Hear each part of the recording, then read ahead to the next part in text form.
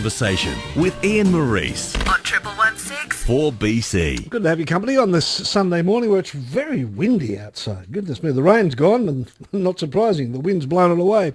I first interviewed my next guest a year or two ago to talk about her extraordinary experience of flying around the world, not on a 747 or a fancy passenger jet or anything like that, but in a single-engine Beechcraft Bonanza. Since that chat, she's finished a book called Tarmacs Tantrums. Her name is Julie Wright, and she's here with me again. How are you? Good morning, Ian. Oh, look, it's so good to be back. I noticed reading the book last night, the interview that we did sort of inspired you to finish the book. It really did, yeah. It actually gave me the confidence to, when I walked out of the studio that day, I thought, you know what? I have to write the book, because the one thing that I was really concerned about is I thought people are going to think I'm crazy. And yeah, so your interview was great, and it just, pushed me on to finish the book. Well, for those who didn't hear the interview, let's go over some of the ground that we covered, because it is an amazing story. Your husband was a pilot. Loved planes, and as most pilots do. Yeah. And it was his desire to buy this Beechcraft that began your journey, because the Beechcraft plane was in Denmark. That's correct, yes. He found it over there, not in Australia. So it turned into an adventure to actually get it back to Archerfield in Brisbane. Yeah. How much flying, or as a passenger, had you done in a small plane prior to all this? I'd probably about 250 flying hours, and it was mainly on the east coast of Australia at 8,000 feet. So I just loved it. I fell in love with flying in small aircraft. The feeling of freedom is just magical, and you can see 360-degree panoramic view of Australia. I mean, it's just unreal. Yes, it is on flights sort of that maybe a half an hour or something, but to fly from the other side of the world in a single-engine plane. Now, I emphasise single-engine plane in a very confined environment was. It was a huge undertaking, and I knew that from the very start. But you're an Aussie, you have dreams, and I was raised thinking anything is possible. If you're passionate about something and you really believe in yourself, and particularly if somebody is with you and you truly believe in them, then anything is possible. And I think that I proved that. Did your friends and family say you were crazy? Absolutely. Yes. My friends, my mother particularly, although, it didn't really surprise her. She was used to me jumping out of my comfort zone since I was young. And I learned to walk through the fear from a very early age. So, yeah, they all thought I was crazy. But, I just thought to myself, if somebody says to you, you can't do it, in my mind, I always say, yes, I can. Part of the flight plan, in the initial stages anyway, was to fly over Iraq or Iran. Yes. We had a war going on at the time. Yes, we did. What was your reaction? Oh, look, I thought that my husband at the time, I thought he was having a go at me. Because he said, look, we've got two choices here. We can go through Iraq or we can go through Iran. And I said, what do you mean? He said, well, avgas. Avgas is really important, of course, to fly the plane. And so we had a choice. We didn't actually make up our minds on which one. Andrew from FSI, who did our route for us, he actually said to us, no, you have to fly through Iran. And you did? I did, yes. I actually was not going to go on that leg with my husband. I was actually going to fly from Turkey to Dubai, and I was going to actually meet him there. But when we were in Barcelona, I just could, it was such a big job to fly a single-engine aircraft. You have to be so focused and committed to getting from one destination to another. And, I'd made him a promise that I would be there with him. And I thought, and we always had this saying, if we go down together. As crazy as that may seem to your listeners, you're talking about two very passionate people who love flying. So, yeah. The plane itself performed beautifully. It did. It did. You know, we had an engineer in Denmark, an aviation engineer, Finn. I mentioned him in the book, of course, and he did a tremendous job. But, you know, it was an old plane. It wasn't a new plane either. I was quite amazed that it was so old when we got there. I mean, it didn't even have air conditioning, which I thought, God, you know, he's taking me on this bloody little plane, you know, with no air conditioning. Hello. And the other thing too is you can only fly, because of the fuel situation, you can only fly legs of about 3.5 hours, right? That's right. If we had a leg longer than 3.5 hours and we had headwinds, we ran the risk. Yeah, we ran the risk of running out of fuel. So it was very important to get the weather forecast, and particularly to find out which way the wind was going to be blowing over the next 3.5 hours. Oh, yeah, absolutely. Actually, the one leg that really scared me was going over Burma before we hit Chiang Mai. That's between Calcutta and Chiang Mai. And that leg was just on 3.5 hours. And I thought, you know, if we get headwinds over there and flying, you know, at 8,000 feet over Burma, it's just rolling jungly hills. And I thought, oh, my God.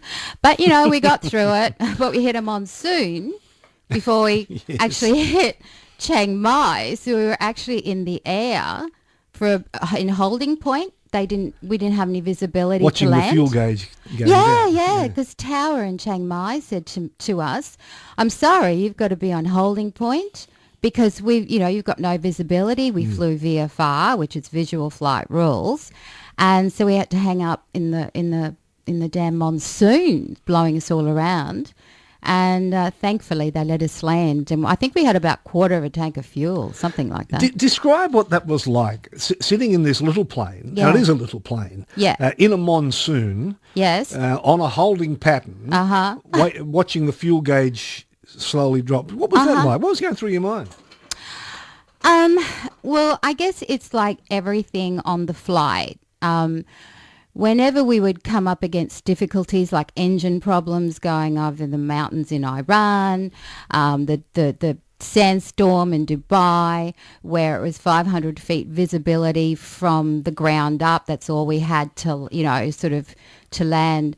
By the time we got to the monsoon in Chiang Mai, I'd actually come to the decision that I had a bloody good pilot in my husband.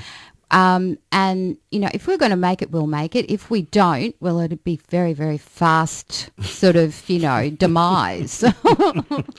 How long did it take from start to finish in the plane?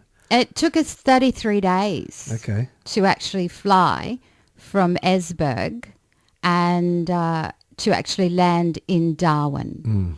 So, yeah. Now, there's one little, not the whole chapter, but there's a little bit in the book where you talk about how you were preparing for toilet breaks. Yes. Yes, in our marriage, I just sort of, bathrooms are off limits. I like my own bathroom. Yes. So, as most women do. And, so anyway, we went to Dr. Deb Mills, the travel doctor, because nobody would insure us. They were quite amazed that we were, are you kidding? We're not going to insure you in a single engine aircraft. We were a very bad risk. So my husband at the time, we went up to Dr. Deb's in Adelaide Street there and had all our, vaccinations and things. And he grabbed this thing called a Whiz Plus. And it's for a woman. And Whiz Plus. It's called a Whiz Plus. And he thought it was hysterical, and I just said to him, okay, so added to the marital list is that Whiz Plus. I'm never going to use that. But flying into Ahmedabad, we left Karachi pretty late and they wouldn't let us use the terminal for bathroom break because there was a war going on in Karachi at the time, of course. And so I just couldn't hang on any longer. And he's, my husband's going, well, just use the bloody Whiz Plus, you know. And I'm like, I can't, no, not in front of you. So he said, I'll just step out for a moment. Yeah. Exactly, I know. So I made my way back into the back of the plane, and, you know, it's tiny little aircraft. And so I'm moving everything out. My head's hitting the thing of the plane. He's hysterical and I'm crying. So, yeah, I had to use the Whiz Plus. Thanks, Dr. Deb. I was going to ask you what the scariest moment was, whether it was the monsoon or using the Whiz Plus. Probably the bloody Whiz Plus. Were there other scary, forget the Whiz Plus for a minute, were there other scary moments, like the monsoon was a weather thing? What about security-wise? Any other scary moments? Oh, look, you know, you just had to, I mean, the first time I met soldiers on the tarmac was in Istanbul. And as we were driving up, you know, not driving up, taxiing to park the plane, I just happened to look and see that there are armed soldiers there where we were to park the plane.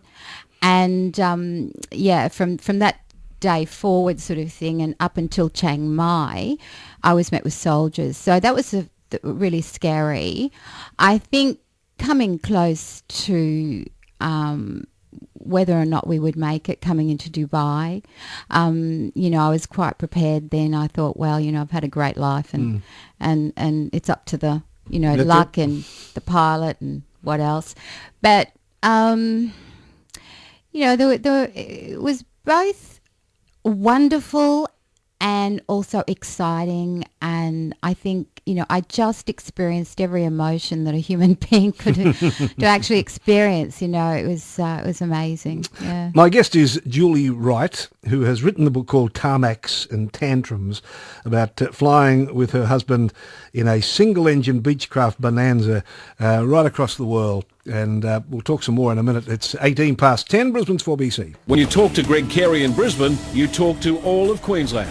And at Jamboree Heights, morning. .au. Join the conversation with Ian Maurice on Brisbane's own 1116 4BC. And my special guest is Julie Wright, author of a book, true story, called Tarmacs and Tantrums. Did you have many tantrums? Oh, yeah, absolutely. You know, there were many times, you know, 2 weeks into the flight, we had really come through some pretty hard times, particularly, you know, Iran was pretty amazing. We got held up there because we couldn't fly on to Dubai. So they held us overnight as illegal aliens and eventually gave us a visa to fly out. So, you know, we'd gone through so much. And did you have a tantrum then? Yeah, I did, actually. We both had a lot of tantrums together because it was a stress. And if you can imagine a husband and wife, the dynamics were still there, you know. Even in Iran, I had to go to the toilet and this elderly woman. You didn't use the Whiz Plus. Oh, no. We were on the ground, thank God. And this elderly woman escorted me to the toilet and I opened up the door and, you know, over there it's like these really, really old mosaic tiles and there's this big hole in the floor. And I'm like, oh, my God. And so I went outside and I'm telling my husband, you'll never guess, it was just like a big, you know, black hole. Yeah. And he looks at the Iranians, the soldiers and the officials and everything, and he's like, rolls his eyes as if to say, oh, God, look what I have to put up with, you know. So, you know, even in the middle of Iran, the dynamics still played out. But, yeah, we had a few tantrums, he and I. The jubilation and the exhilaration that you obviously felt as you were getting close to the Australian mainland must have been amazing. It's indescribable because every day we had different cultures and every day there were different languages. It was just amazing to do it on a daily basis. And I couldn't wait to get home. In the end, in Jakarta, what drove me on was just the mere fact that we were nearly home. And when we got to Kupang, and we knew we were going across water, it would take 3 hours to get to Darwin. It was just an amazing feeling, and all I can say to you is right across the world, different countries have different smells. The smell of Australia coming through the air vents was probably the most freshest smell there ever is in this world. Isn't that interesting? I never realised that there was this sense of smell in different countries. I mean, obviously in different cities you get some horrible smells at times, but our country has a different smell. Very distinctive smells, and as I say in my book, it's quite amazing. Probably because we were travelling really quickly into each country, your senses are they really are on high alert within yourself, your hearing, everything, because you're waiting to hear the controller bringing you down, and you're really hypersensitive. Like England to me smell like, an old pudding in a cupboard sort of thing. And sorry, English guy, but from an Australian where our smell is like of the fresh coast and the sea. It does. It smells like freedom to me. That's how I can explain it to you, Yeah, and I guess it was frustrating because as you were on approaching the Australian mainland, you were still in the territory controlled by the Brisbane radio, right? But you couldn't raise them. No, we couldn't actually. It was quite, we'd experienced one black spot. As we flew from Salerno, and we were really worried because you've got to have a radio to fly. But anyway, not going into that one. Yes, as we heard Virgin Flight speaking to the Brisbane Tower, and we were like, oh, yes, we're home. And so we tried to contact Brisbane Tower to say, hi, we're on our way, and nothing. Silence. And both of us, our hearts just sank, and we're like, oh my. And I just said, look, I think we're in a black spot again. So anyway, my husband radioed the Virgin Flight and asked to relay to Brisbane Tower for us. So they did. It was so great. It's like, mateship in the air. And anyway, so we had to change to a different frequency. We got Brisbane Tower. And we're nuts, we're like, oh, we just made it from Denmark, we're home. And they're like, okay, this is Brisbane Tower, Oscar Yankee, Victor Bravo Romeo. Please contact Darwin Tower, So, yeah, it was lovely to it was just like, yeah, we're Australians, we're home. There's a sense of mateship anywhere you go. And it's amazing. And then I can imagine hearing the Australian voices on the radio too must have really been a comforting thing. Oh, yeah. It was, in Darwin up there, when you travel throughout Australia, in Darwin, the Australian accent is a little bit broader, and the sound of the controller in Darwin, oh, it's music to my ears. I've got to tell you. And of course, you're so excitable when you get off the plane because you've flown from the other side of the world. You're back home again. You're all excited. I was. But the customs people weren't all that. No, it's really funny because we actually taxied up to our parking spot and there was these two big women from, customs. And I just couldn't wait to get out of the plane and feel Australian soil under my feet. And thinking, my God, we survived, this is amazing. And through every country, every time we would land, once we got past the soldiers and everything, they gave us such, they were amazed at what we were doing. But the customs women, they came up to the plane, I'm ready to get out, and there's this little triangular window on my husband's side, tiny little thing. And she's got this spray. Yes. And she threw the spray in and she's got really thick Australian accent. And she says, yeah, mate, she said, just, spray this around the plane. cabin. It'll get rid of any of the nasty stuff. Yeah, get rid of all, what you brought home and stay in the plane for 5 minutes and then you can depart. So I'm sitting there and I'm like, okay, 5 minutes. It felt like an hour. And eventually I did get out of the plane and I kissed the tarmac. Yeah. So I was, it's Australian soil and the sound of her broad Australian accent, like Australia, I was like, yes. A couple of things. Then I would imagine coming back into Archerfield, I know it was late night or something, it was very quiet. It was 11:30 at night because it took us 10 hours to get from Darwin back to Archerfield. Yeah.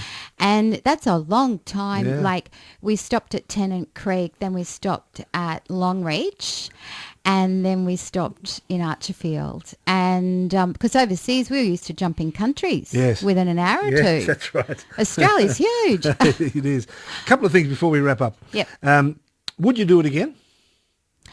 If I'd had a crystal ball at the time, I wouldn't have believed the crystal ball. I would have thought, no, that won't happen to us. I wouldn't, because I've done it. Yeah. No. Okay. And You've done it once and that's enough. Yeah, Yeah, exactly. exactly, yeah. Not that, I'm adverse to adventure. I love it, putting yourself outside your comfort zone. So much you can learn by that. One final thing. Your husband, who you travelled with, is no longer your husband. No. Actually, we had survived the adventure, but our marriage didn't. Yeah. Well, and I'm not going to pry here into your personal that's life, fine. but did the marriage not survive because of the journey? Absolutely. Yeah, Yeah. okay. It's a funny thing. You can go through this stressful and in a lot of a couple of cases, near-death experiences, and it either bonds you or it doesn't. Yeah. So, yeah. But, I'm really proud of that moment in time, and it really is a story that's worth telling. And when I met Dick Smith, who is a passionate Aussie and aviator, he was just in awe of what we'd achieved, and I thought, right, got to write that book. Yeah, well, I'm glad that you did, and you've got a book launch when?